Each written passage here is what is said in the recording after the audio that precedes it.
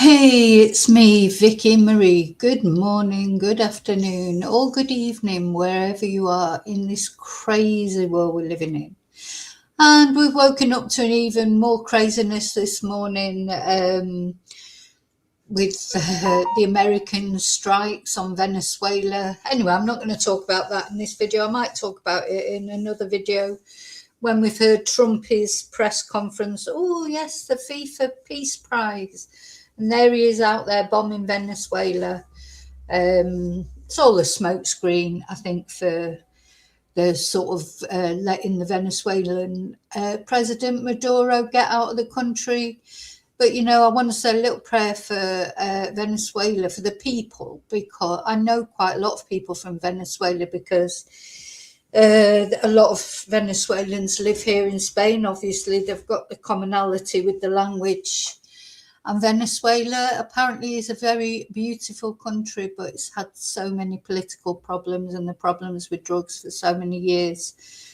A lot of people flee that country and come to live in Spain. So I want to say a prayer for the people themselves. I mean, the politicians are all as bad as each other, really, aren't they? They're all just out for themselves. But, you know, whether the Venezuelan people will be happy with Maduro going, I don't know. But it's all about oil again, isn't it? Really, it's not really about drugs. And Donald Trump and all his protestations of all the wars he's stopped. Now he's started one. So there you go. Anyway, there's Trumpy for you. So that's not what we're going to talk about in this video. Now, I just want to have a little waffle about how I've ended up doing this video. So this is a video that actually I prepared yesterday. And I was going to do it for a premiere yesterday evening, early evening. And then YouTube sort of stopped it in its tracks by, you know, checking it, demonetizing it for some unknown reason on my Crime Chats channel. So this morning I uploaded it on my Spanish and English channel. No problems. YouTube cleared it, went through. No problems whatsoever. So this is what we have to understand about how arbitrary YouTube is, about what they allow through, what they don't allow through, what they allow to be monetized, what they don't allow to be monetized. Exactly the same video, just put on a different channel. It was fine. Great. So I thought, well, what I'm going to do, and it may still end up getting demonetized, but anyway, you know, I put a lot of time and effort into this video. So, you know, one way or another, it's going up on my channel. I mean, it's gone up on my Spanish and English channel anyway. And that's what we're going to watch on here. So what I'm going to do to sort of try and get around the YouTube craziness that, you know, you'll never understand them, because I don't go into any gory details anyway. And it is a horrible case, of course, probably been demonetized because it's talking about, you know, a young girl that was found deceased in a trunk and or a frunk of the Tesla, of course. You know, it's not nice. No true crime videos are nice, but there's much worse videos out there. You know, there's streamers and YouTubers who go into much more graphic detail. You know, I always try not to go into too much detail, just out of respect as much as anything else. So, you know, I don't understand why they put a limit on it. They sent it for extra checks and then it came back the same. Then I asked for, you know, an appeal review, came back exactly the same. So they don't like it, but they didn't mind it on my Spanish and English channel. So it looks like if I put things on my Spanish, I'm going to do an experiment one day. It puts me really horrible on. No, I'm not. No, I'm not. But yeah, so strange. That is the vagaries of YouTube. So what we're going to do is we're going to watch it. We're going to watch the video just as I prepared it, as I was going to do it in a premiere, but that I've uploaded it on my Spanish and English channel. So we're going to watch that. At least I can't be done for copyright because it's my own channel. So now, just I think it's all explains self-explanatory in the video. So I'm here. I'm going to comment along with you. I hope you'll comment on the video as we go along. But, you know, the video was actually the video that I'm going to show was actually recorded yesterday. So let's have a look at it.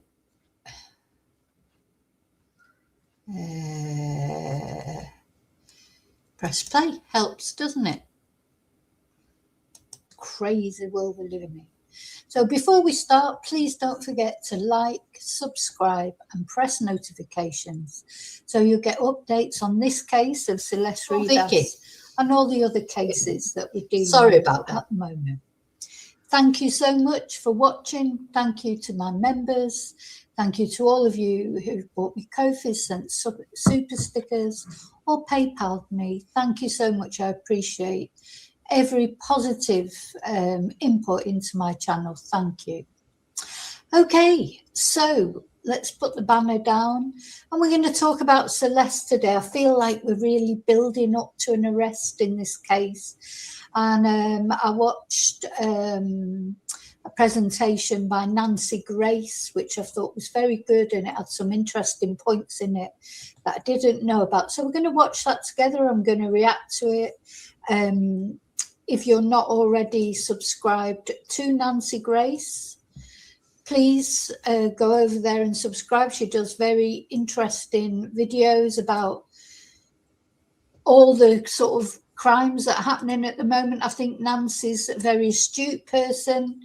At the end of the day, she was a defence barrister, wasn't she? For years, she has good contacts, so she has interesting guests on.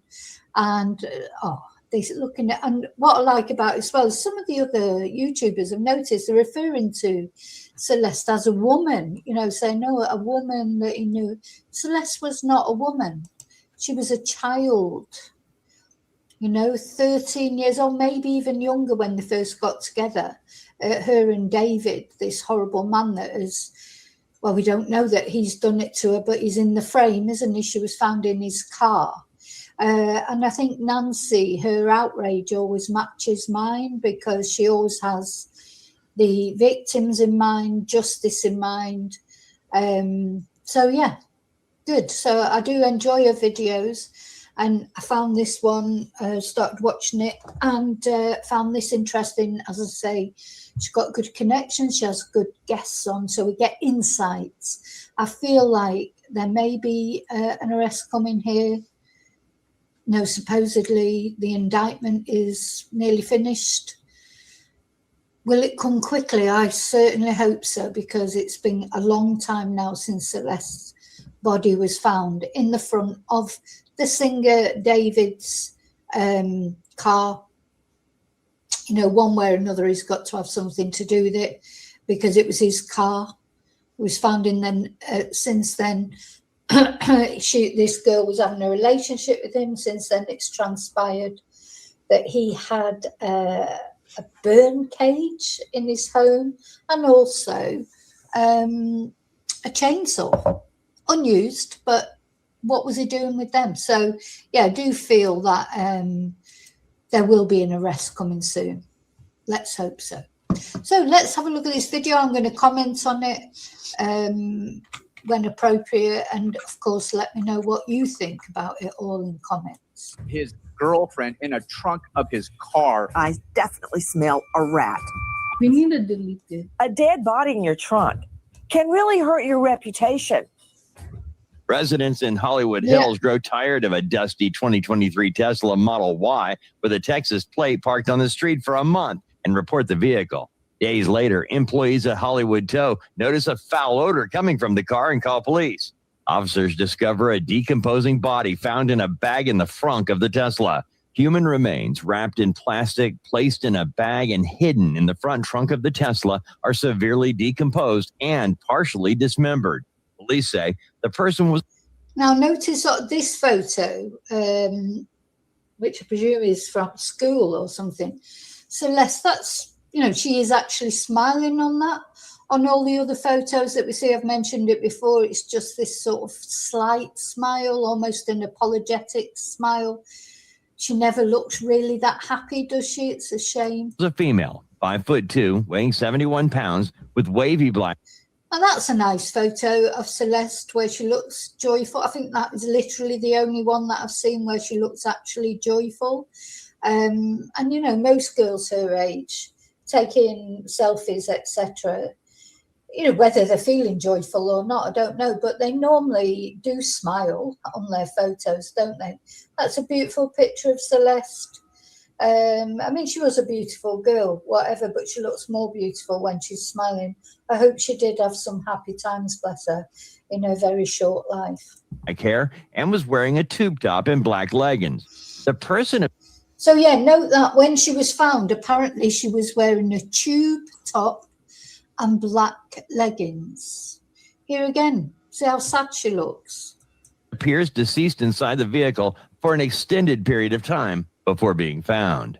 A missing little girl, Celeste, just 13 years old when she goes missing, found decomposing, partially dismembered, in a Star's Tesla trunk, who is now whining because his tour is canceled. The music star I'm talking about has gone multi-platinum. But before I talk about all of his... I do love her outrage. Because, yeah, so apparently, of course, because of, or in spite of, or, you know, he was on the threshold of big stardom, wasn't he, David, before this all happened?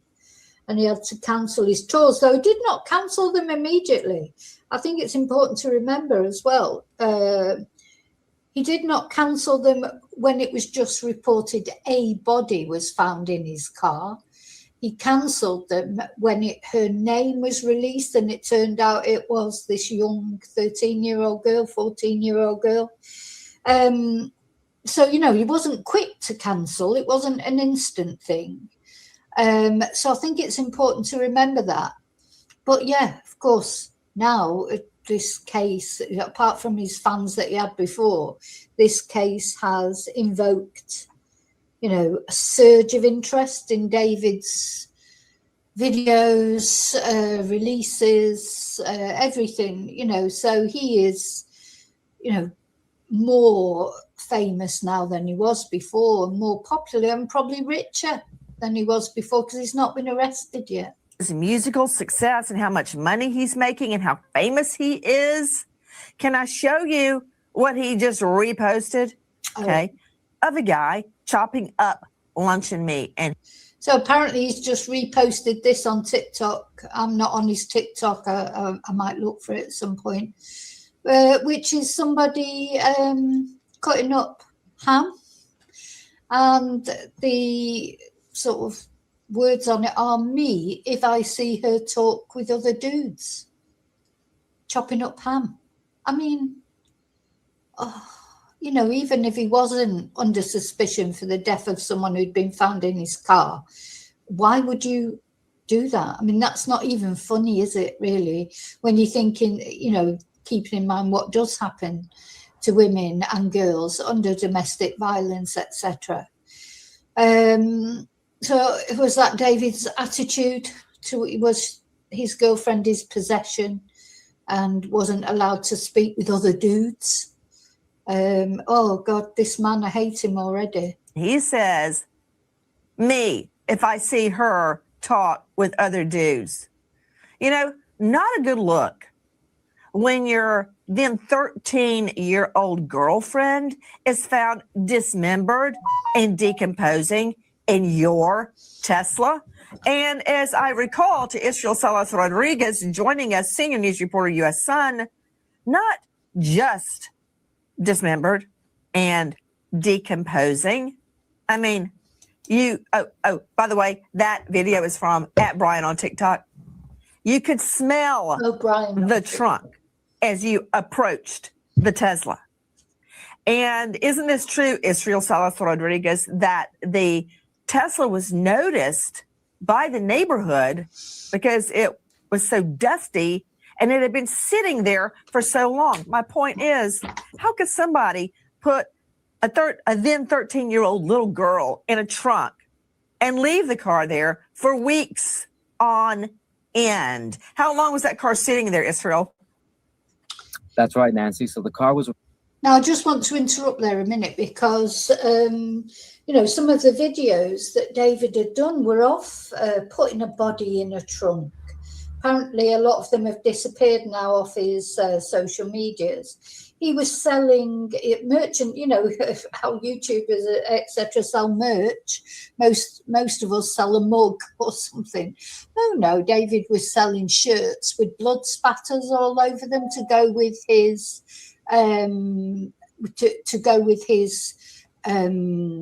what's the word I'm looking for? To go with his videos and things like that. So yeah, blood spattered tops, etc. Why would you do that? And we don't know the timeline, if those videos were made after Celeste went in this trunk, whether the videos were inspired by what he allegedly did to Celeste, or was what he did to Celeste inspired by the videos. So he's a very strange man. To make videos of putting a body in a trunk and then suddenly a body is found in the front of his car. Reportedly sitting there for weeks in an affluent neighborhood in Los Angeles, the Hollywood Hills. Neighbors complained about a foul odor coming from the Tesla. However, it wasn't until early September when authorities finally impounded that vehicle from the neighborhood.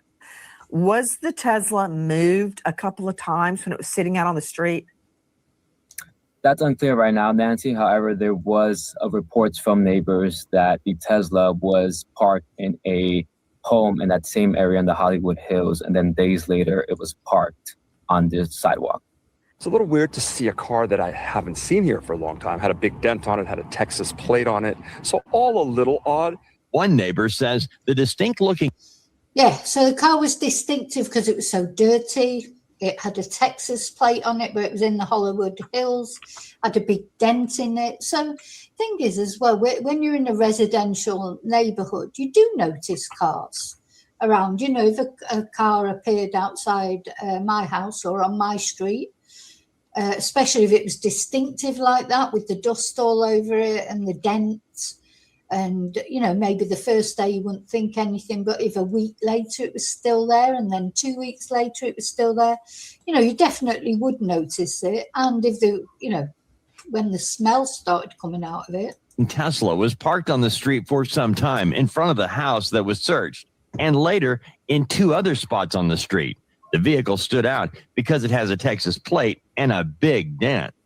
That from our friends at WABC7. To Dave Mack joining me, Crime Stories investigative reporter. Isn't it true, Dave, that she was so decomposed, she had to be forensically identified? Isn't that true? Absolutely correct, Nancy.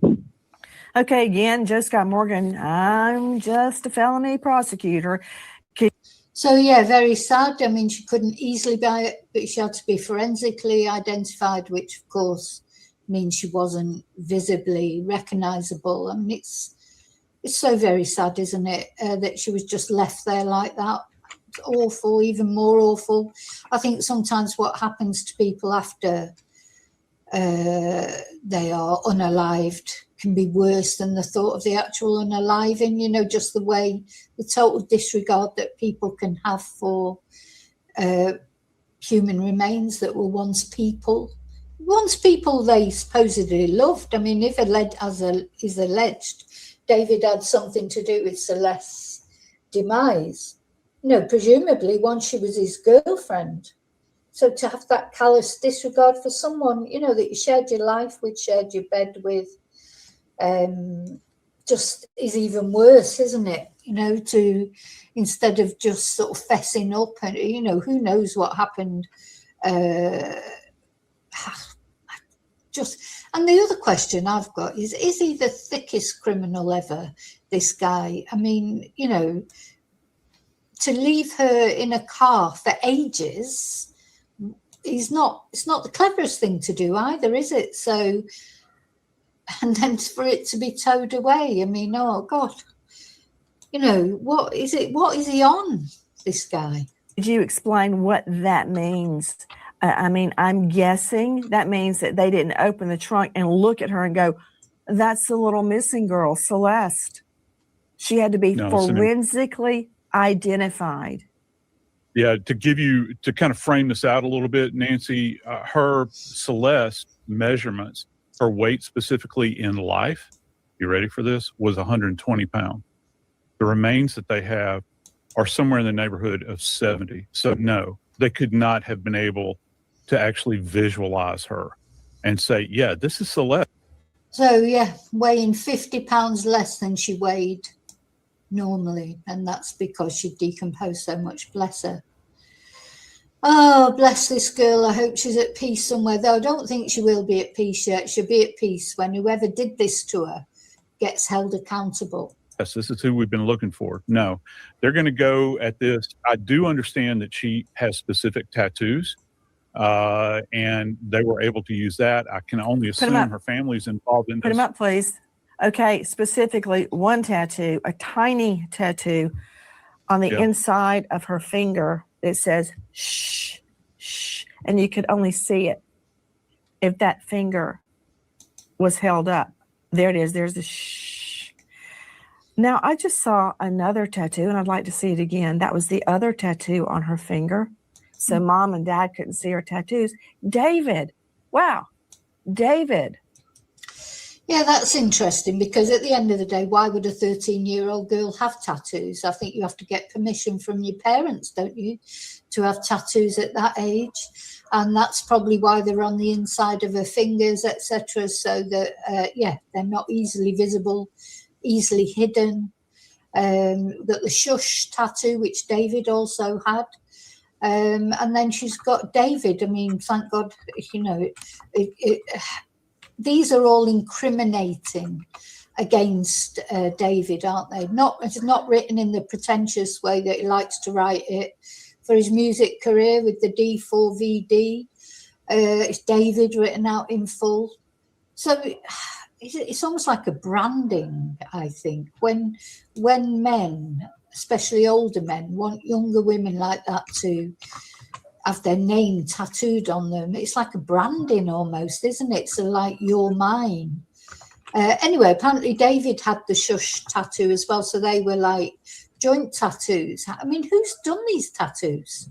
You know, who has, you know, most reputable tattoo artists know that if you're under the age of 16, you need parental permission, even if you can have him. I'm not sure what the age, what the law is, but I know that, you know, obviously 13-year-old girls can't just go off and have a tattoo. So is this, who has done this tattoo? Someone who thought she were they told she was older, but don't they have to see some sort of proof of age? Anyway, they're incriminating towards David, aren't they? David, the musician, and it's on her ring finger. Hello? David. Hello. The musician, and it's on her ring finger. But you know what's interesting? Can I see Joe Scott, please? The shh tattoo. What a coinkydink that David, some people look at his name and it looks like D4VD, and he pronounces it David. He has the same tattoo on his index finger. What a coincidence. Isn't that odd, Joe Scott Morgan? Yeah, what else is odd is that a child this age has tattoos. All right, so just let that sink in just for a second. The fact that she does have this tattoo, though, was certainly beneficial as far as getting her remains identified. And listen, you can't just go based upon the tattoo. There are other elements here. We have Look at that, Joe Scott. We were just showing her with the ring on her ring finger. That's on her left hand. When she goes missing, she's 13 years old. Listen to this. The 13-year-old became friends with singer David on social media and ran away to Hollywood to see the rising star. Celeste was returned home to Lake Elsinore by police, Celeste remained in school for a month. Then in May, David picked Celeste up in a Tesla to go to the movies, and she has been gone ever since. This little girl disappears. Funny that, isn't it? He picked her up in a Tesla to go to the movies and she'd never been seen since. For the first time when she is just 13 years old, after she goes to meet a musician who has gone multi-platinum, and they start talking online. She goes to a concert, somehow hooks up with him, and they start talking online. That's the work. Yeah, that's his full name, David Anthony Burke, and he has not been charged. We do have to remember that. He remains innocent until proven guilty in a court of law. Theory. He's not charged with anything, and I'm very curious about that decision. Let's hear it all from the horse's mouth. Hello, my name is David. Pronounced David, not D4VD. I'm from Queens, New York. Do you know, is it thick or what? Do you think people really thought your name was pronounced D4VD? You know, who do you think you're talking to? Do you think your fans are as thick as you are? He's so irritating, isn't he? And he's like, you know, pretends he's intelligent, but actually he's not. He's thick. I'm in Houston now. I am a gamer.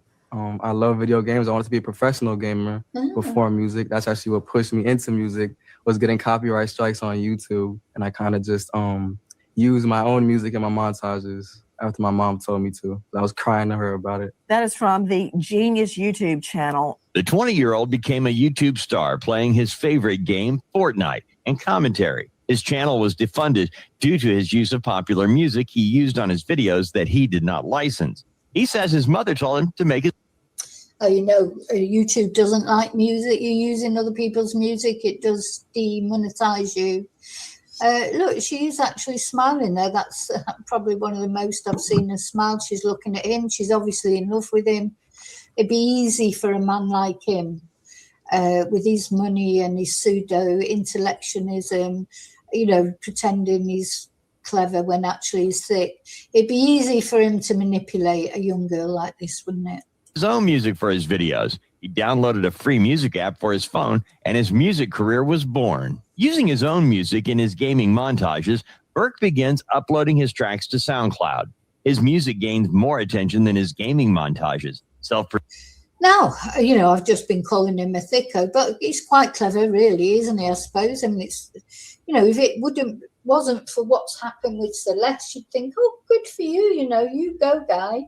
There he is. He's set up his, you know, started from nothing, you know, just gaming, started his own music, become famous, you know, took his mum's advice, and done really well. You know, you would be sort of applauding him for doing that. So, you know, what's all this with Celeste then? Why jeopardize that as well? The thing is, these sort of people, you know, you feel, oh, he's sort of got everything, really, hasn't he? You know, an aspiring career that's taken off, and, you know, and he jeopardizes it all. First of all, by getting involved with a 13-year-old girl in the first place. I mean, is that what happened? Did it all become did he suddenly realize that he was becoming famous? And if this came out about Celeste, it would ruin his chances at becoming super famous? Is that the reason behind it? People are saying all sorts of things. They talk about Satanism. You name it, it's being talked about until he's actually charged and we get to know more. But yeah, it is a shame, you know, on a human level, not only for Celeste, but this man, I mean, a young man, but a man all the same, you know, really on the threshold of having everything. And has he ruined it all?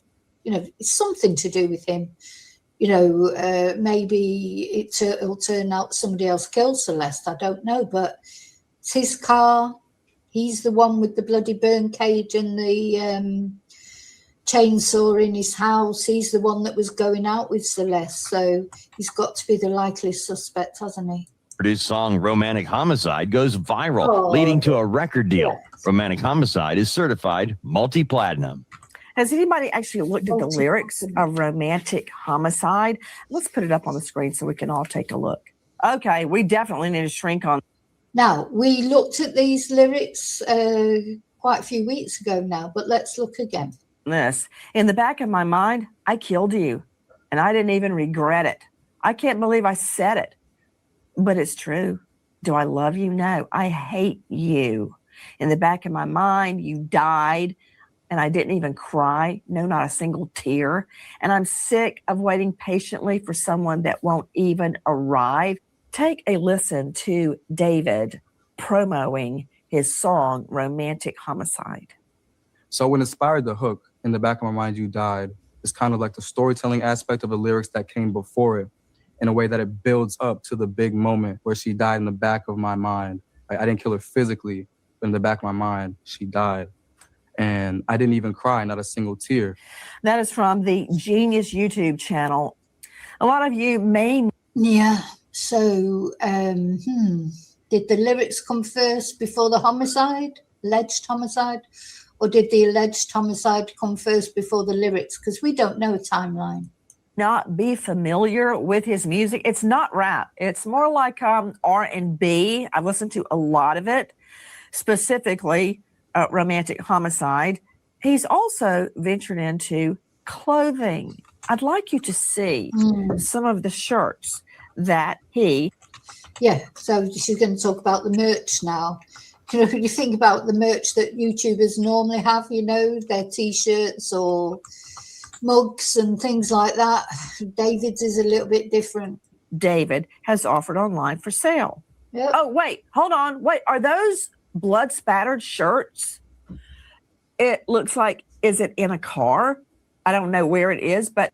Yeah, it's from that video probably where he's loading the body up into the car. And why has he got plaster on his nose? Did he have a scratch? He's got that look in his eyes there. It reminds me of the Brian Coburg selfie, you know, after he'd committed the murders, and he looked sort of sated. It was a horrible, horrible selfie, you know, in the bathroom in front of the shower curtain, almost as if after he'd just showered and he took a selfie of himself. That's what this picture looks like. I mean, obviously those shirts, that's, you know, they are, that's not, well, I don't think it's blood that's genuine blood.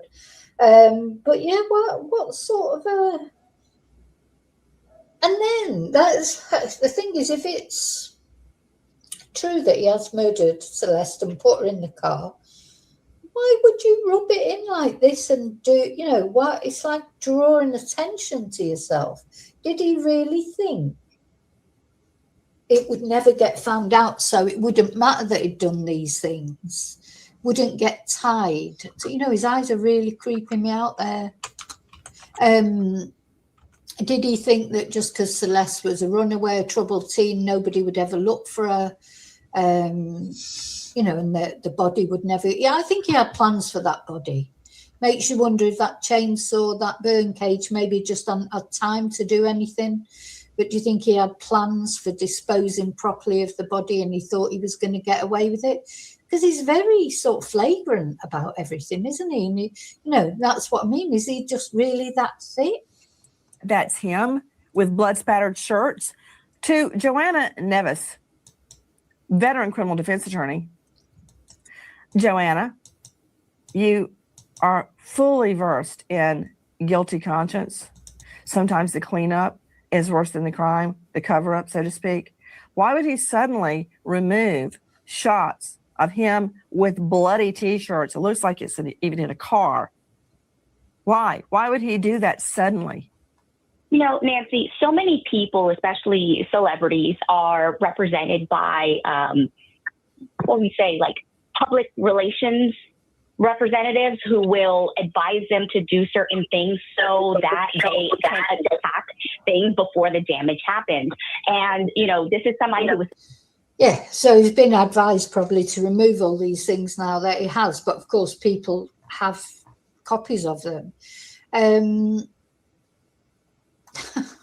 It's like, you know, it'd be like the Yorkshire Ripper sort of posting on social media a picture of his bloody hammer or something. You know, you just think, why did he even do that? And maybe, is it so obvious that it's not true? You know, that, or did he just think he was that clever? in the spotlight. He's already being attacked about his lyrics. He's already being painted as the person who is, likely responsible for this because he had a relationship with this person. And he is likely being told that he should take these images down. Although these images are a part of his overall brand, we're talking about creative expression. I can't wait. I can't wait for you to try that on the jury. This was his artistic expression. Artistic expression. Yeah. It looks like he's individually. He's even put handprints of, obviously, well, I say obviously, hopefully not real blood. But, what artistic expression, and then the body's found in his trunk. What more do we know about this guy? Burke has released several singles, including Here With Me, that charted on the Billboard Hot 100. He has recorded 2 EPs, and last April released his first full album, Withered, with the Withered World Tour starting last month, and canceled the day the body in his Tesla was identified as Celeste. His deluxe album is shelved. His record label, Interscope, suspended the album's release and paused all promotional activities related to David. His endorsement deals are canceled. Do I have this correct, to Dave Mack, Crime Stories investigative reporter, that after Celeste's butchered remains are found in his Tesla trunk, he continues touring for several weeks until the outcry online it becomes too noisy to ignore? It's unbelievable, Nancy, that bloody remains are found in a vehicle registered to you, yet you continue on this world tour like nothing was found in your car, and only stop when the remains are identified as a missing child from Lake Elsinore. Yeah, it's just plain weird, isn't it? Because there's been a body found in my car, but I'll carry on with my tour and everything. Then it gets identified as Celeste, and then he stops his tour. What did he think? Did he think she was not going to get investigated, or did he just think, get as many concerts out the way as I can, get as much money in as I can before I have to stop? Look. It's mad, this case, isn't it? He went on about his daily business after a bloody, chopped up, decomposed corpse was found in his abandoned car, Nancy. Think about all of this, and it goes beyond the pale of what any human being ever would do to another human being. Dave Mack, apparently you and I are the only ones concerned, because as of this moment, when we go to air tonight, there have been no charges at all. Okay, he's in a relationship with her. She's a runaway, times 2. She's been gone over a year with him. I bet if we timed those photos, we'd find out how long she's been with him.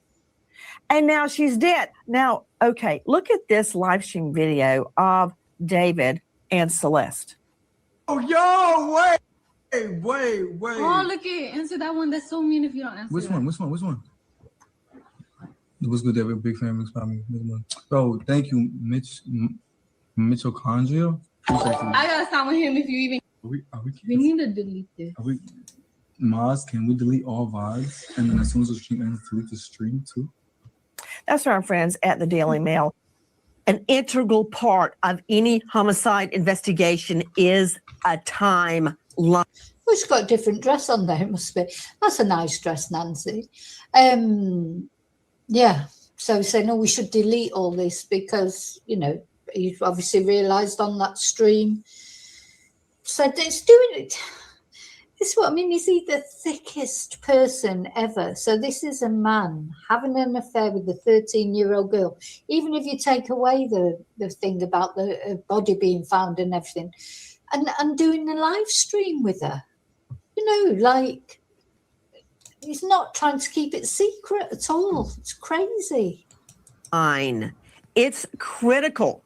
Based on a timeline, you can alibi people. You can unalibi other people that you're looking at as a suspect. It changes everything. And in the last hours, a video has emerged potentially placing This little girl, just 13 years old, when she goes missing at a David D4VD concert in Maryland on August 24. Significance. Very quickly, Dave Mack, when was Celeste's body found in David Burke's Tesla trunk? She was found on September the 8th.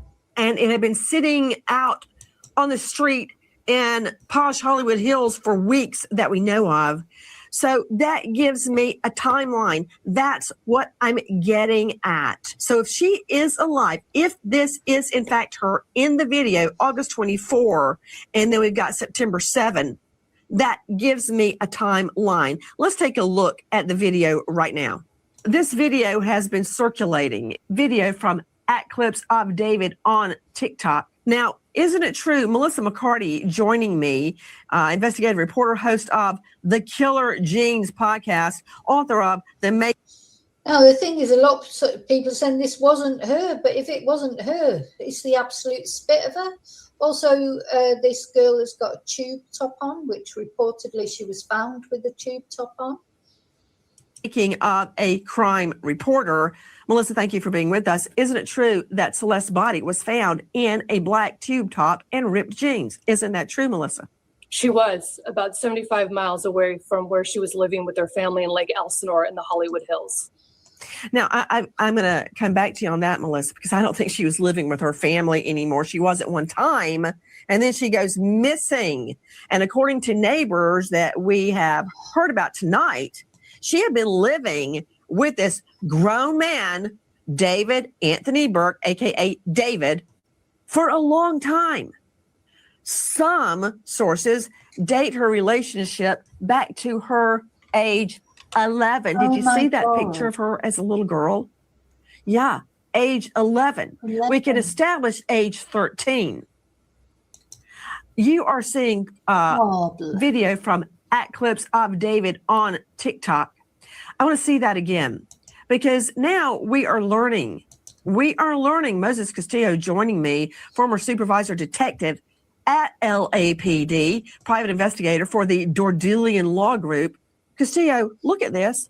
People are saying, no, that's not her. So it's a young girl that looks just like her, that is wearing her clothes, that is in a balcony reserved for special guests and family. And Moses Castillo. Oh, by the way, this is from. Well, it certainly looks like her to me, and not only because of the hair and that, but it's the shape. But of course, I don't know. You know, girls can be the same shape, can't they? But people are saying it's not her. Maybe this doesn't quite look like her, the way the bangs are falling down here. But anyway, I don't know. But it's strange that it got the clothes on that reportedly she was found in. The ripped jeans and the tube top. @Clips of David on TikTok. Moses, same clothes. People are saying, oh, wait, I don't think that's her.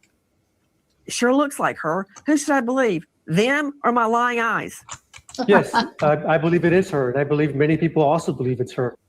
Guys, this is from a Silver Springs, Maryland concert, August 24. And if true, these photos create a timeline from August. Certainly looks like her, but the thing I would say as well then, if it isn't her, why has the person who it is not come forward? You know, with this big case, and they must have heard about this, and you come forward and say, oh no, that wasn't Celeste, that was me, I'm his roadie or his assistant or whoever the person is.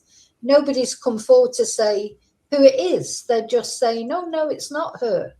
But nobody's saying who it in fact is. This 24 until her decomposing body is found in Burke, artist known as David, Tesla, in an impound lot on September 8. It's reported the Tesla was parked on the street for about a month before being reported abandoned. There is, I assume that is the front of the tow lot. It was reported abandoned September 3. Now, we now have a timeline from August 24 to September 3. Not when the body was discovered, in the parking in the tow lot. But when it was reported abandoned, the body was already in there. We have now. Yeah, so she was reported missing on the 5th of April.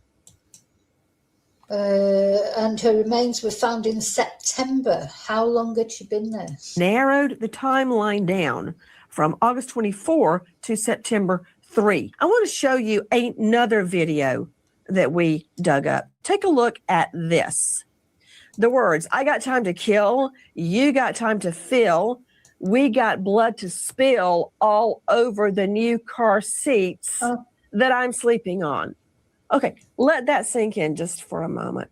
You got time to fill, we got blood to spill all over the new car seats that I'm sleeping on. Take a listen to this. Friends of Burke thought Celeste was 19 and his girlfriend. Describing Burke as a very shy, quiet person, friends said they saw Burke and Celeste together a lot as a romantically involved couple. Thinking Celeste was a student at USC, friends of Burke saw Celeste at age-restricted venues and clubs. So apparently she was being passed off as much older than she actually was. And I've noticed in all the photos that are posted of her, she's always covering her face. Very curious. Well, she was missing, wasn't Bombshell she? Tonight. Crime Stories now streaming first on Fox 1. That's right. You can now watch all the new episodes of Crime Stories first with Fox 1. We are so proud to have a partner. $3+ million mansion. He was paying $20,000 a month and breaks a lease. So getting out of that mansion was more important to him than losing a lot of money. Burke was living in a home leased by his manager, Josh Marshall. But since police served a search warrant looking for blood at the residence, the singer decided not to live in the $20,000 a month home. The owner, Mladen Trifunovic, says Marshall signed the lease in February, and he didn't know Burke was living in the house after. Now, apparently this used to be the house of Halle Berry, who played Catwoman. Not that that's relevant to the case, but just a bit of information. But yeah, you can see there's security cameras. I mean, the thing is that Tesla will have so much information. Maybe that's what's taking the police so long, because it's not just, a day thing. You just phone up Tesla and say, "Well, release the information from this car." They have to go through a process, etc. So maybe that's the hold up in this case, trying to get all the data together. The raid, Trifunovic says they didn't want to live there anymore and are breaking the lease. Oh, the other thing I want to say, where is he living then? Where is he living? Nobody seems to know where he is. He's, gone underground. Where is he, this guy? David, where has he gone? Yeah, interesting. The home was previously owned by Halle Berry. You're not seeing a really good shot of it. The beautiful side of the front. Oh, by the way, these shots are from our friend Harvey Levin over at TMZ. Take a look at this. So he leaves and breaks a lease. Coincidentally, Melissa McCarty joining us, investigative reporter and host of Killer Jeans podcast. He breaks a lease to the tune of tens of thousands of dollars. He may have had to pay out the lease. I don't know how many years it was.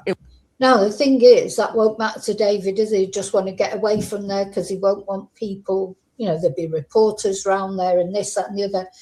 I think one thing we can say that David is not short of his money because of all, even though his tour might have been cancelled, he's getting all these download money, I presume, and everything. He's getting money from somewhere. I don't think he's, short of money. What, $20,000 a month for how long? How many months? How many years? He breaks the lease and flees in the middle of the night. Tell me about the search of that mansion that just went down, the mansion that once belonged to Halle Berry. Well, police officers are looking for anything to help build a case at this point. So they're looking for traces of blood throughout the property. They're also collecting all kinds of electronics because a huge issue here. They need to prove the extent of this relationship that he had with this child. So they're looking at communications, when they met, what age was she when they connected. So anything that could. Look at her little face on there. That's, you know, even there, though she's smiling, she looks anxious, doesn't she? It helped them build a physical and digital forensic pathway. Mladen Trivunovic, the owner of the home Burke was renting for $20,000 a month, has hired a private investigator, Steve Fisher, to try and find out what was happening in the home he owns. Fisher was hired shortly after a forced entry search warrant was served at the home. Nobody was home when police served a search warrant. The LAPD says Celeste had been deceased for weeks before being discovered in Burke's Tesla. Private investigator Steve Fisher says he has seen surveillance video from neighbor homes and knows exactly when the Tesla was last moved and who moved it to the location from where it was towed in very late July. And the only way to amass that information, to gather it, is from the cams in the neighborhood. Listen. Surveillance cameras in the so this is obviously a video that's been put together unless Nancy's a very good quick change person as far as her outfits are concerned. This is a different outfit. Now we're going to hear from Steve Fisher again. We've heard from Steve before. You know, he's the one who went into the house and saw the chainsaw and the burn cage, reported on those. He was employed by the owner of the property. So, yeah, let's see what's said. Hollywood Hills built a complete timeline showing when Burke's Tesla was parked on Bluebird Avenue, who parked it, and whether anything was placed in the vehicle after it was parked. There's also no evidence indicating Celeste's body was transferred into the Tesla after it was parked on the street. Joining me right now, private investigator Steve Fisher. He's been on the case from the very, very beginning. Missing persons private investigator, search and rescue specialist, and owner of Search Investigations. He is the one hired by the Hollywood Hills property renter, the leaser, where D4VD David Burke was living. You claim that you have amassed video camera evidence from the neighborhood, and that having looked at that, you've pieced together a timeline, and you know when Burke's Tesla with a dead body in it, I think, was first parked in the neighborhood. When was it first parked in the neighborhood? It moved to that last spot on July 29th at about 11 something in the morning. And I'll tell you, it was in the same shape that we saw it in those tow photos where it was completely dirty and trashed. I could tell that they had run the windshield wiper once so they could see out of it, and they had rolled the window down to move it, even though they were moving about a block and a half. But it was in that condition still, so it had not been used in a long time. They had clearly been just moving it around different areas of the neighborhood. July 29, 11 a.m., Burke's Tesla was moved to its last location. Is that correct? Correct. Okay. Do you know where it was parked before that? That I don't know, because from the house that it was taken from is a little bit down the hill, but on the same street that the rental house is on. Okay. So you're telling me the Tesla that held Celeste's decomposing body was ultimately left on the same street where he was living? It looked like it was coming from the rental house. I can't say for sure, but there's only a few houses on that street because that's like an off street, and it came down that road and was turning onto where you go up the Bluebird there, where it was left. Okay. Are you telling Interesting, isn't it? me on a video you can see the Tesla coming from the direction of his house? Yeah, so the road is curved, and so the house that captured that is kind of at the base of the curve. So you can see it coming down the road. You can't see exactly where it started, and you can't. That's interesting, isn't it? So because it's curved, you can see it coming down the road, but you can't see exactly where it's come from. Can't see the driveway of the rental house. It stops right before that. The camera angle does. Wow. Okay. Did you see any camera video of any nature that showed the Tesla parked in that area prior to July 29?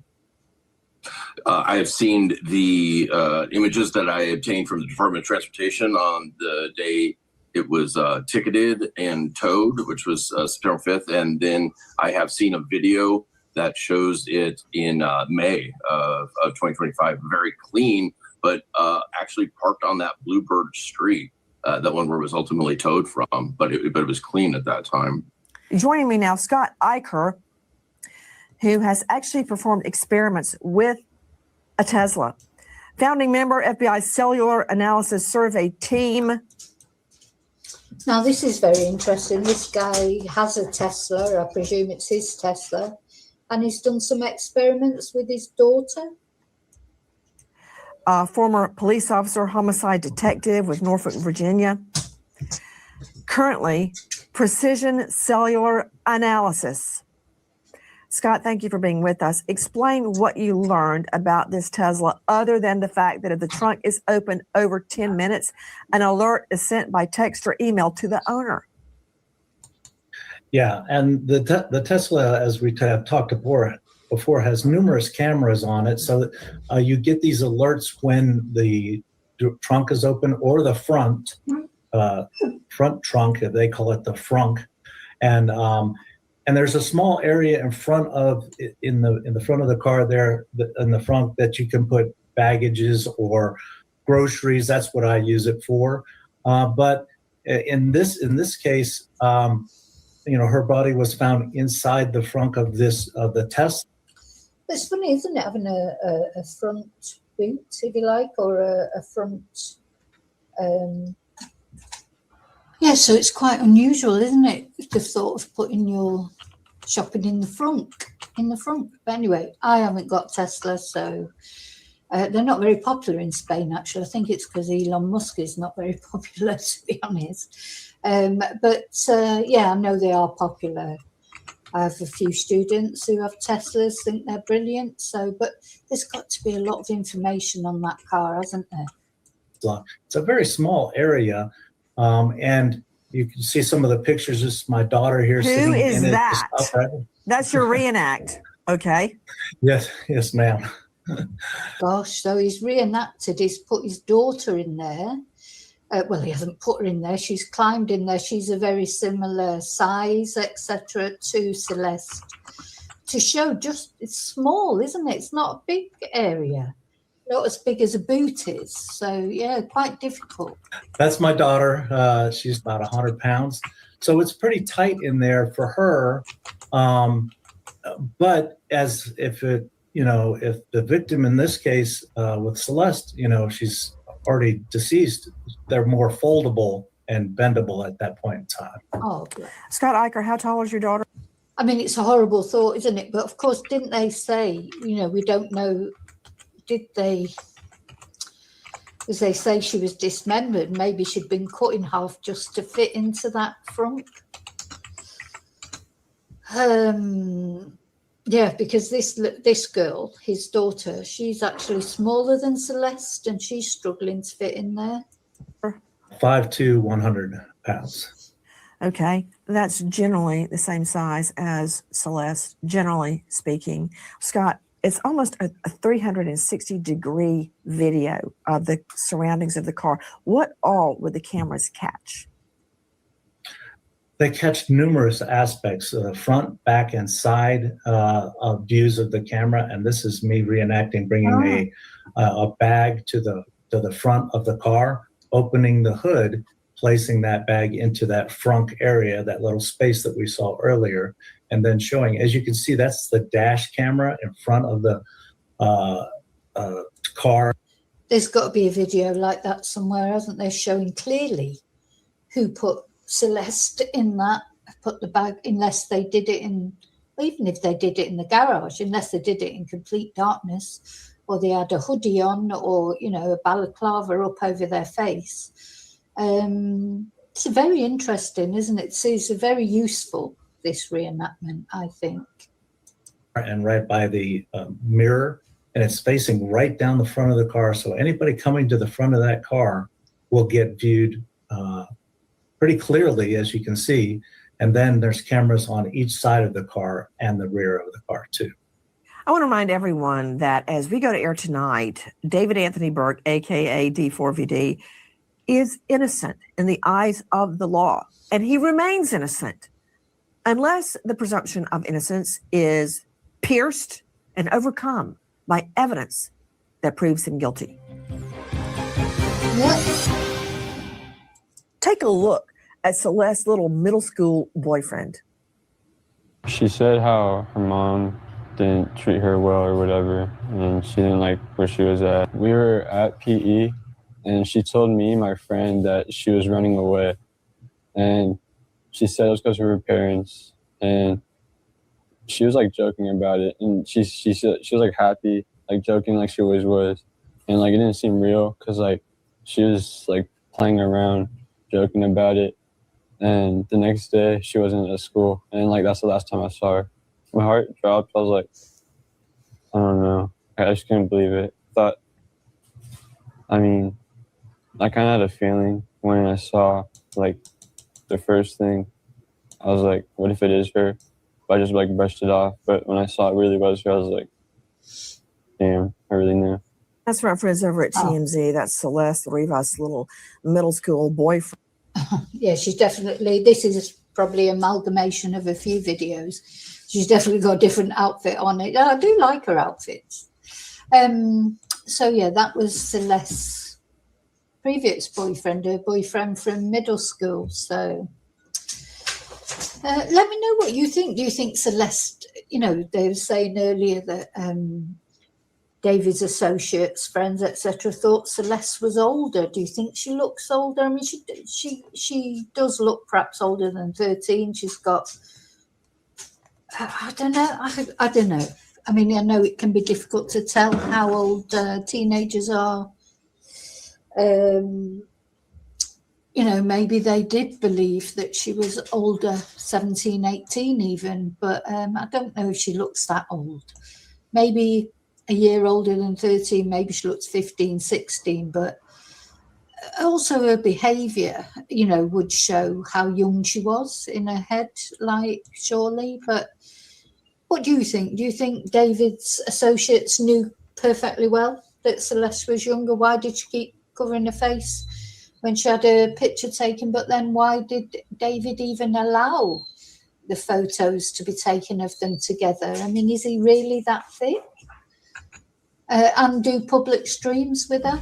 And describing how years in the making, she had trouble at home. Why did Celeste Rivas continue to run away from home? How did everybody know that there was trouble at home? As a matter of fact, on this occasion that she ran away from home, her sister went looking for her, even poking her head, the sister, into a liquor store, asking if they... You know, it's a good question. What was the trouble that Celeste had at home? Was it like normal teenager trouble, if you like, that she was starting to want to break out of boundaries? Or was there something more fundamental going on at home that she felt she had to escape from? They could look at the surveillance video and see if Celeste had walked by. And sure enough, Celeste was caught on video cam on the incident when she ran away from home. To Dave Mack, Crime Stories investigative reporter, what happened in that instance? You know, in that instance, Nancy, we actually can see that Celeste is kind of doing a walk run. Oh, hey, Dave, look at your monitor. We're showing the video the sister got from the store. And there she is, literally running away from home. Let me be clear. Celeste was not in the liquor store. The surveillance video showed her going by. This little girl running away from home. And I got to ask, why? In this video from our friend Harvey Levin at TMZ. Now, what were you saying, Dave Mack? I just wanted you to see the video. Gosh, she literally is running away from home, isn't she? Video. I just wanted to point out that, that video was at 7 a.m. That's when it was taken, at a time when children would normally be going to school. But so instead, Celeste is clearly kind of in a confused state. If you watch her stride, she's partially walking, partially running. It's like she's not quite sure what she's going to do. But that's the last they see of her. She takes off. And it's a fascinating read into the 13-year-old that is trying to figure out what to do. And as you just pointed out, Nancy, this is a child who spoke about being unhappy at home, not being treated well at home, and wanting to be away. And when I, unfortunately, a lot of teenagers say they're not being treated well, but what they mean is they're being given boundaries. That's what happens sometimes, isn't it? But she certainly never looked very happy, though, on her photos. See her walking and stutter stopping kind of, and then running. It just breaks my heart. Imagine this. Celeste, a little girl, sister, also a little girl, goes looking for her sister, asking stores and homes along the way if they had seen her sister. Even a young girl going in a liquor store asking if they had seen Celeste, and could she look at the surveillance video. And here is Celeste, 7 a.m., running away from home. Now, I'm certainly not the church lady, but I can tell you this. You need to know where your 12-year-old daughter is at 7 a.m. A friend of Celeste's mother, Mercedes Martinez, says the family was aware of the relationship with Burke. She doesn't know why they didn't ask where she had been staying. Celeste left again and went back to him. Someone called Celeste's mother and said, "Stop looking for her. She's fine." Take down social media post about Celeste being missing. She felt scared and took down a social media post asking for help finding Celeste. As we go to air tonight, David Anthony Burke, a.k.a. David, a.k.a. D4VD, who, by the way, his music is through the roof on Spotify. Amazing. The irony. That said, he is radio silent, although we are learning he's going on social media and monitoring Reddit users. Everybody posting about Celeste's murder, and he is trying to control the narrative as it relates to him. So he's not totally quiet. He can go online and do that, but not. I didn't realize he was going on Reddit and doing that. Well, he won't be able to do that. He won't be able to control the narrative. He's got no chance of doing that. And, sooner or later, the charges are going to come out. Mention a word of condolence. Speaking of remaining silent, did he not notice Celeste wasn't there? Did nobody say, "Hey, where's Celeste"? Apparently not, because she was never reported missing by either him or her parents. Yeah. Digest that for a minute. Nor was his car reported stolen.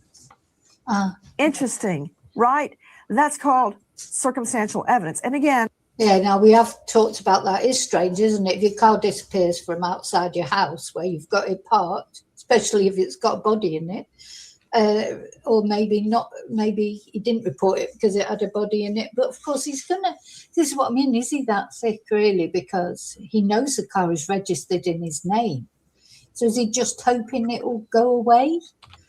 It's very odd behavior. So, yeah. Your car disappears from outside your home. If you've got nothing to worry about, you'd report it stolen, wouldn't you? Of course you would. You wouldn't come out and say, "Oh, God, my car's disappeared. Oh, never mind, I'll just get another one." Burke is innocent. He will not be guilty unless he has been charged and proven guilty in a court of law by a jury of his peers. Is this real? Has this enormous... Oh, another nice top. I do like these blouses and things she wears. That's lovely. Nice colour, suits her. Gift to the defense just dropped into their lap. It all goes to a myriad of pill bottles found in D4VD, aka David Anthony Burke's home. A myriad of pill bottles belonging over here to a myriad of people that were living there in and out and in and out. Based on those pill bottles and so far a lack of a COD, cause of death, does this mean no one will answer up for a dead teen girl decomposing in a hot car trunk? Listen. Bottles of prescription pain medication and drug paraphernalia are recovered inside the home, not by LAPD. but by Steve Fisher. The LAPD did not publicly disclose finding prescription drugs or drug paraphernalia. Other people were staying there as well, men and women. Their personal belongings in guest bedrooms, bathroom cabinets, and bedside tables. A neighbor reported seeing Celeste sitting on the curb in front of the house as if she was waiting for someone to let her inside. What does... Is this like a Diddy scenario, you know, were there parties going on there? Were there drug parties? Were there sex parties? So all those people coming and going for that house, and nobody noticed that Celeste, one, was underage and then suddenly disappeared? It all mean? We know, based on neighbor accounts and more, that Celeste was living in the home of David Anthony Burke, aka D4VD. He says David. Straight out to special guest Steve Fisher joining us, missing persons private investigator, search and rescue specialist, owner of Search Investigation, who is hired by the owner of Burke's mansion. Now, I want to get to the fact that there is no COD right now. In my experience, a toxicology report, a screening would have come back by now, which leaves me concerned, Steve Fisher, that we're not going to get an accurate toxicology report. Why? Because she basically baked and melted in that Tesla trunk. What did you find in D4VD, David Anthony Burke's rented mansion specifically? So there was opiate prescription medication. There was a few bottles of that. And then there was paraphernalia that you can use to smoke different types of drugs. You know, it's not for, you know, one type. It's something you find in a smoke shop, you know. Steve Fisher, without divulging names, were there names on the pill bottles of opiates? They were, and they were hydrocodone. They were Lortab, generic Lortab, opiates, painkillers. To Luke Kenton joining us, senior investigative reporter with Daily Mail. Luke Kenton, thank you for being with us. You see where I'm going with this, right, Luke? If there were multiple pill bottles of opiates, and, you know, from what I've seen, and it hasn't all made it into mainstream media, there were a lot of people in and out, a core group living there, but a lot of people in and out of Burke's home. There were a lot of pill bottles reportedly in Burke's home. Where I'm going with this is, if we don't get a COD, cause of death, if she's too decomposed to get a good toxicology screen, the argument is going to be, Luke Kenton, oh, she voluntarily, all on her own, just gobbled down a bunch of opiates and she died. That's how she died, everybody. We had nothing to do with it. And then out of fear, we hid her body. Yeah, now I thought that the police had declared it was a homicide, so they must know something, but I think they've sealed up the records now. Oh, God. You know, it's just awful, isn't it, to think this young girl was in that house. So was it like a party house where there even orgies maybe going on? And this girl was, you know, in the middle of it all because of the way she'd been manipulated. And it could be a result of something that went on there, which is why she died. Maybe it was an accident. Maybe it wasn't a deliberate homicide. You know, it's a very complicated, complex case, isn't it? It's where this is going, Kenton. Do you have any idea, Luke Kenton, who the people were going in and out? It was like Grand Central Station at Burke's mansion. And who were the core people actually living there? Any idea on that? Have they been identified and that has just not been released? They haven't been publicly named. There has been, obviously, as I'm sure you're aware, a lot of online sleuthing going on around this case and trying to piece together the blanks that the LAPD aren't currently filling in for us publicly. Some of these individuals, and I can't speak to the people that may or may not have been living at the home, but there was a group that David was often seen with on social media.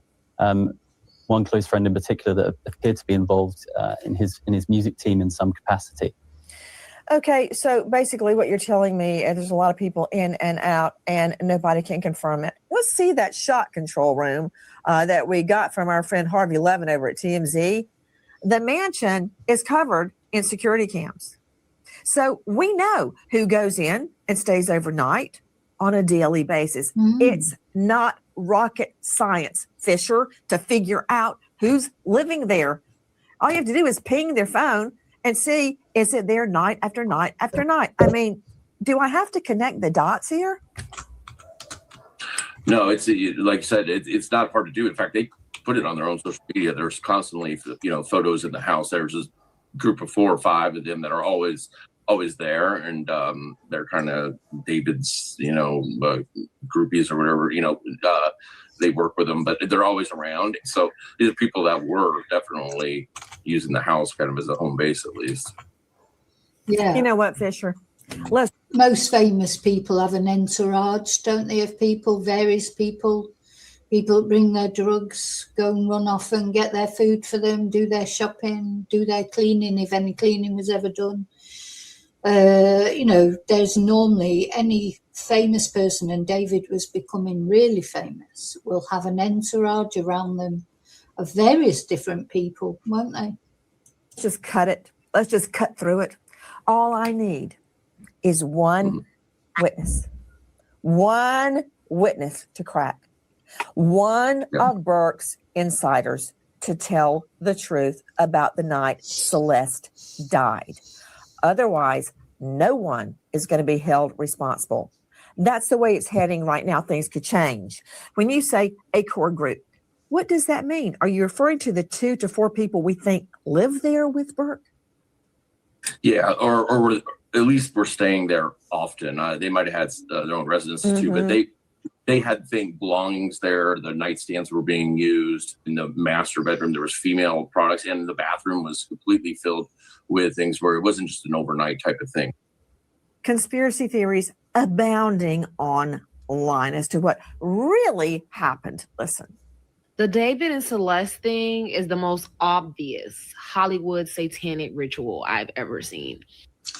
Now, look at Nancy's face. A lot of people do believe in satanic rituals and things like that. Personally, this case is so weird. I won't put anything past that David. He's a very, very dark, strange guy. But I don't think Nancy agrees with this. Look at her face. That actually hurt my ear. My ears are bleeding. And that is from @SupremeTings on TikTok. There's more. Listen, I'm gonna be honest, gotta be honest with y'all, bro. The David situation is all a PR stunt, okay? You guys are all falling for it. Do you not notice all of us literally singing in the back of my mind? Like, bro, it's a literal PR stunt. He hit #1 on iTunes. okay, he lost me with the Cruella hair right there. I'm out. No, I'm not putting him on the stand with another crazy theory, and that is from @Light, LIGHT, Sun Zane on TikTok. Take a listen to this. If this is a setup, what a perfect person to put it on, right? He's got sad, depressing songs. He's got songs about murdering. He is the perfect candidate to set up and frame for a murder. I don't think David did it. I know I'm gonna ruffle some feathers. Y'all might get mad, but I really don't think he did it. I'm gonna be honest. David did not do it, man. David did not do it. Like, y'all need to spread the news, man. David. No, it's true in a way. We don't know for certain that David did do it, but at the end of the day, there's a body found in his car, a girl that he went out with, who had his name tattooed on her fingers, and the same tattoo as he's got, the shush, appeared with him on his music videos, disappeared, and then he never reported her missing or wondered where she was. So now, they may be right. Maybe he hasn't got anything to do with it. But, if you were a betting person and you had to put odds on this case, he would be the favourite. Did not do it. I think it's safe to say that David did not kill nobody, bro. Didn't do it, gang. Yo, bro, just think about it, bro. That is from @KillerA3. It is from @Curicio2, from @TaganHooks, and from @NKStacks, all on TikTok. Shocking information uncovered by the LAPD has the investigation spotlight finally pointing on Burke. investigators have developed new information that leads them to believe Celeste likely died in the spring of this year, and the death is being tentatively treated as a possible homicide. What? In the spring? My God, that's ages ago. Oh, here we go, another outfit. Has changed. What has happened? Why is D4VD, David, now reportedly being viewed as a suspect? Will this result in murder charges? How can this be without a toxicology report as of yet? But to Dave Mack, Crime Stories investigative reporter, what I consider to be really validating what many court viewers knew, that D4VD is being considered as a suspect, although it has not been officially announced, is the change in the timeline.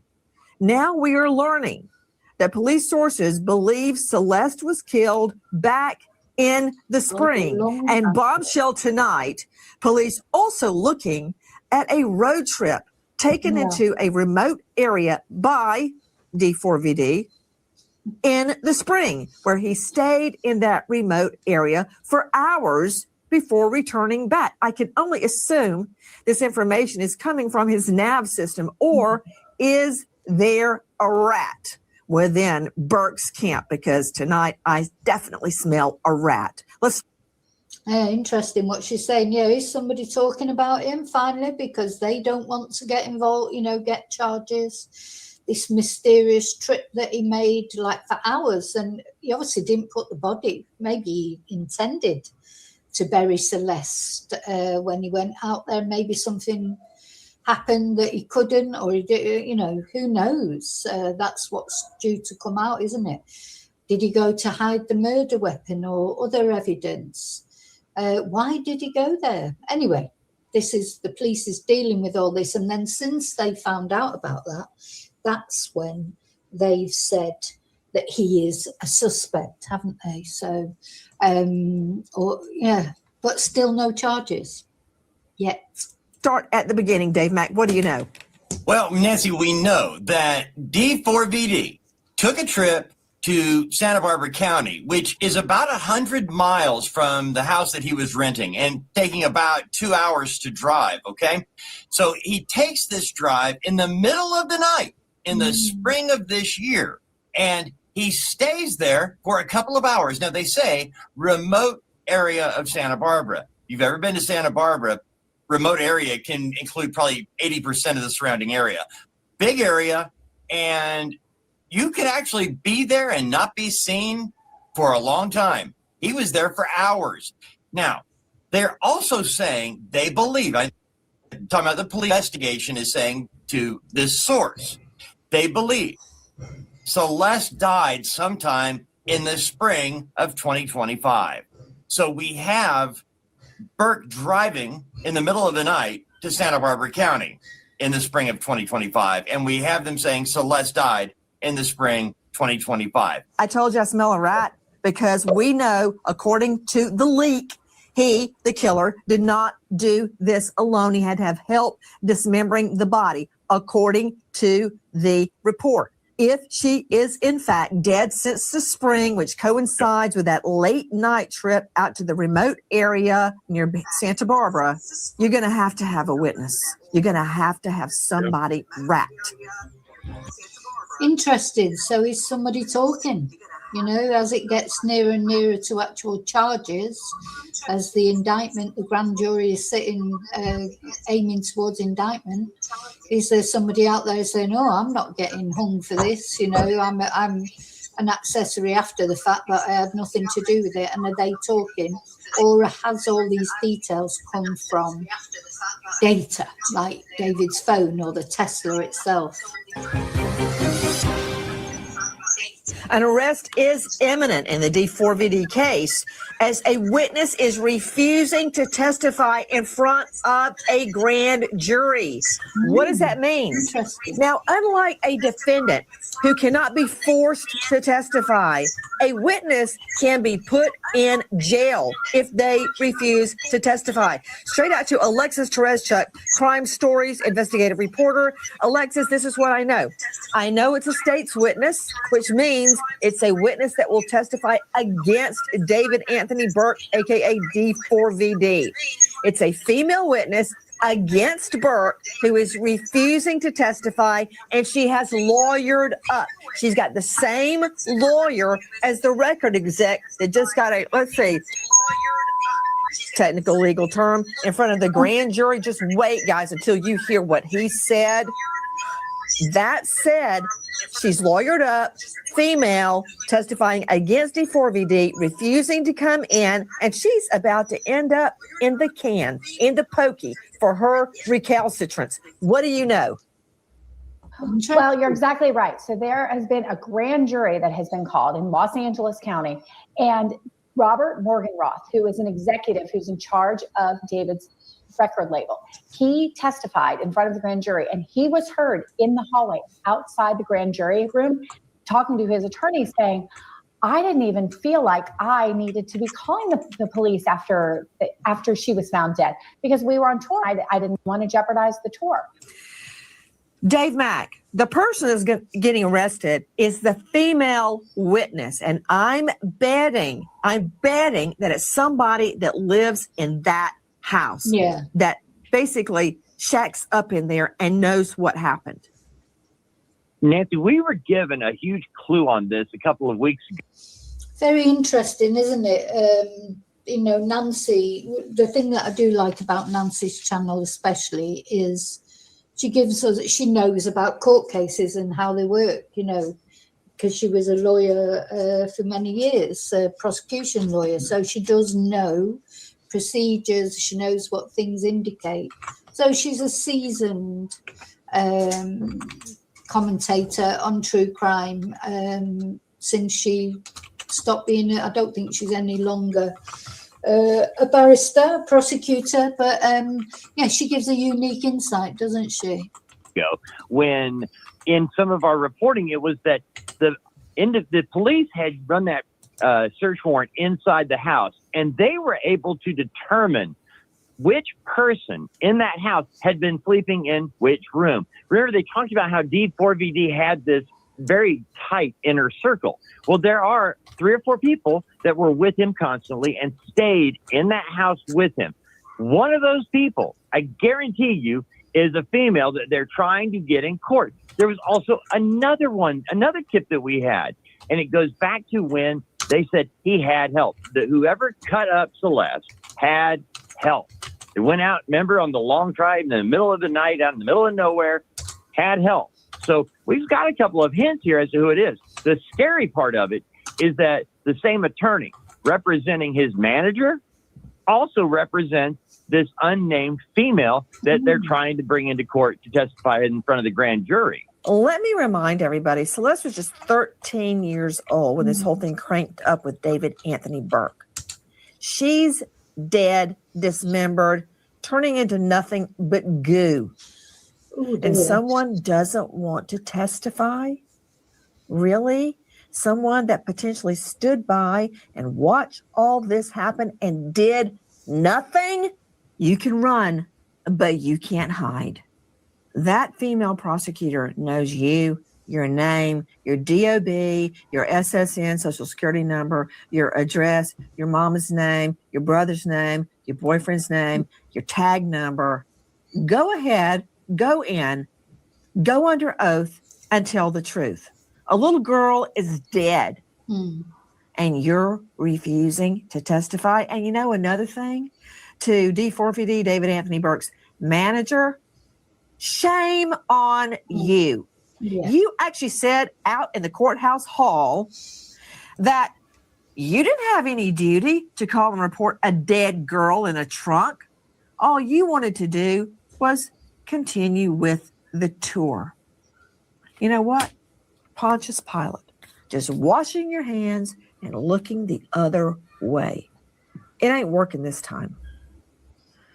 If you know or think you know anything about the brutal death of this little girl, Celeste Rivas, please call LAPD 213-486-6890. There will be justice in this case. 213-486-6890. You can either get involved, be a part of the solution, or you can stand back and do nothing and be part of the problem.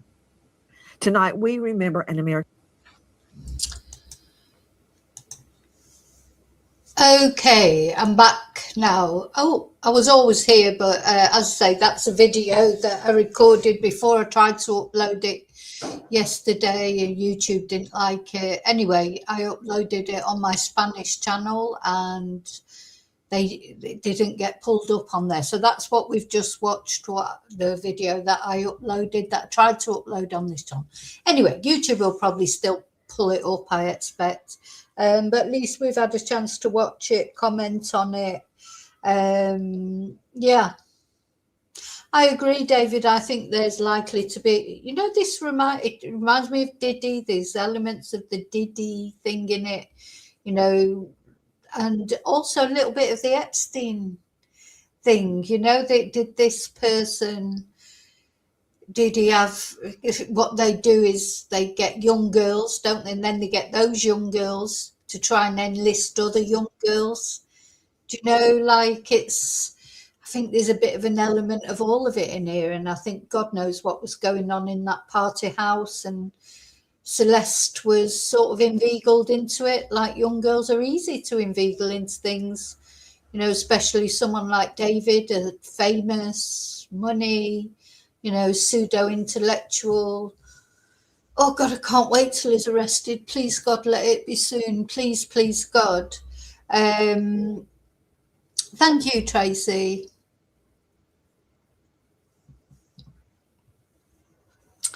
All right.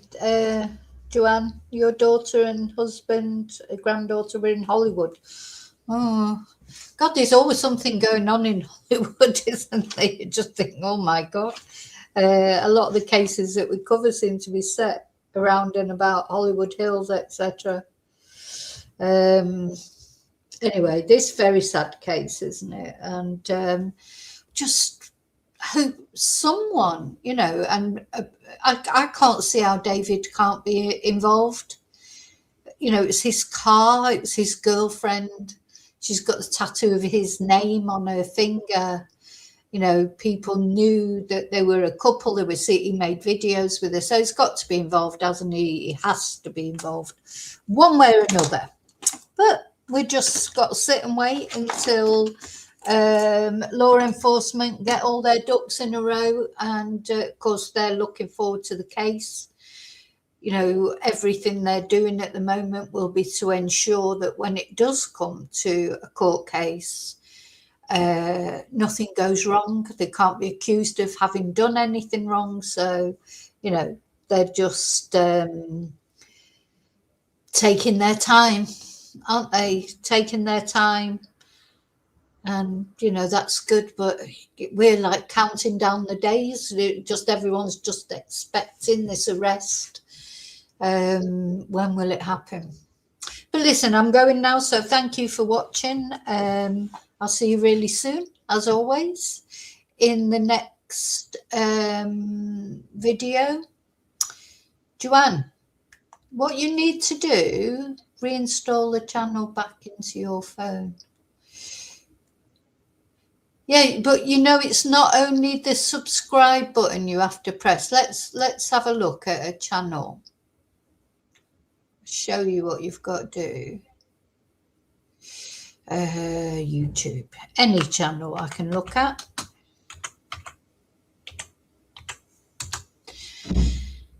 Let's see.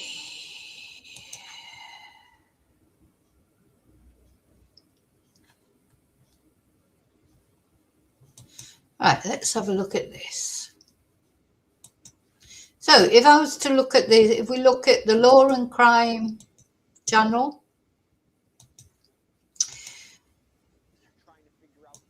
yeah, the Law and Crime channel. This is another tragedy that's happened in Hollywood. Tommy Lee Jones's daughter's been found.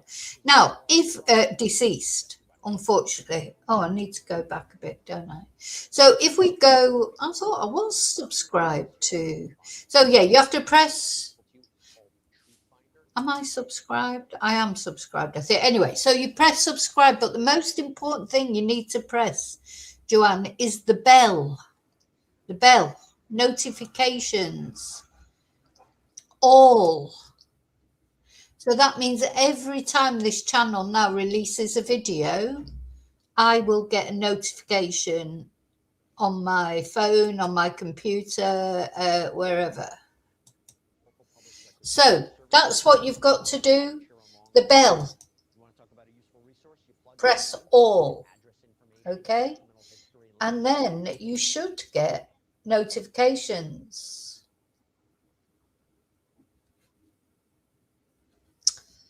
You should get notifications. So you have to press the bell and then press all.